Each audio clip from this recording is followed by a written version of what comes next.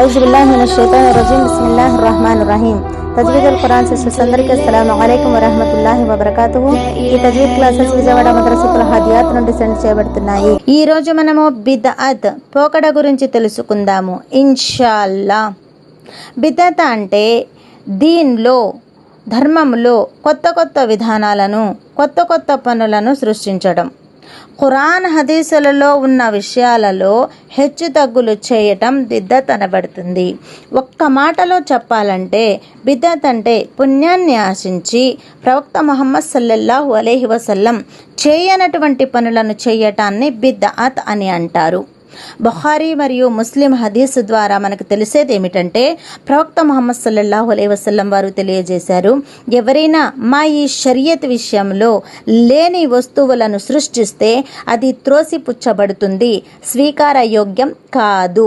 రండి ఇప్పుడు బిద్అతులు ఎన్ని రకాలో తెలుసుకుందాము. బిద్అతులు 2 రకాలు.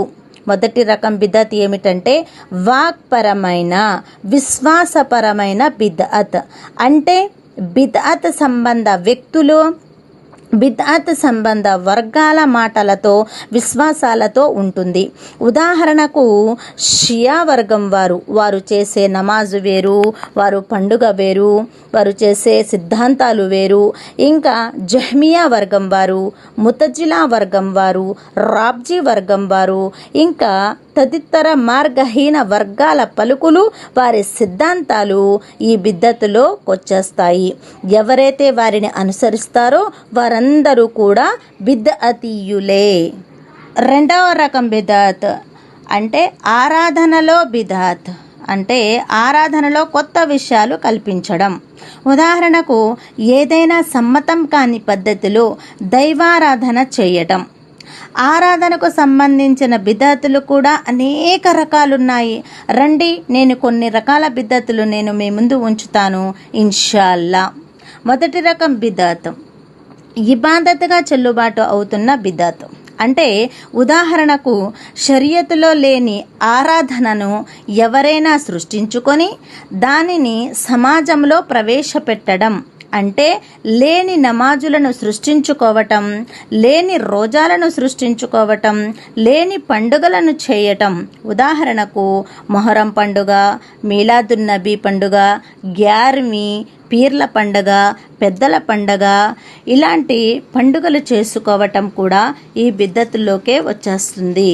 ప్రవక్త ముహమ్మద్ సల్లల్లాహు అలైహి వసల్లం వారు తెలియజేశారు, సంవత్సరంలో 2 సంతోష దినాలున్నాయి అని. ప్రవక్త ముహమ్మద్ సల్లల్లాహు అలైహి వసల్లం వారు ఈ మాట అనగానే సహాబాలు ఏమిటా దినాలు అని ప్రశ్నించారు. ప్రవక్త ముహమ్మద్ సల్లల్లాహు అలైహి వసల్లం వారు తెలియజేశారు, ఒకటేమో ఈదుల్ ఫిత్ర్, రెండవ దినమేమో ఈద్ అజ్జుహా అని తెలిపారు.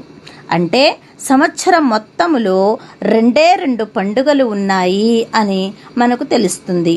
ఇంకా ఈ పండుగలు కాకుండా ఇంకే పండుగలు చేసుకున్నా కానీ వాటి ఆచరణ వృధా అయిపోతుంది. ఈ పండుగల కొరకు మనము ఎంతో కష్టపడి సంపాదించిన డబ్బును ఖర్చు చేస్తాము. దానికోసం సమయాన్ని కేటాయించిన సమయము మరియు చేసిన శ్రమ వృధా అయిపోతుంది. ఎవరైతే ప్రవక్త ముహమ్మద్ సల్లల్లాహు అలైహి వసల్లం తెలిపిన షరియతుకు విరుద్ధంగా ఏ ఆచరణ చేసినా కానీ ఆ ఆచరణ త్రోసిపుచ్చబడుతుంది. ఇన్షాల్లా మరికొన్ని రకాల పోకడలు నేను నెక్స్ట్ క్లాస్లో తెలియజేస్తాను. ఒక ప్రశ్న, బిద్అత్ పోకడలు అంటే ఏమిటి, ఎన్ని రకాలు? మొదటి రకం బిద్అత్ గురించి తెలపండి. ఈ ప్రశ్నకు సమాధానం ఇవ్వండి. అస్సలాము అలైకుం వరహమతుల్లాహి వబరకాతుహు.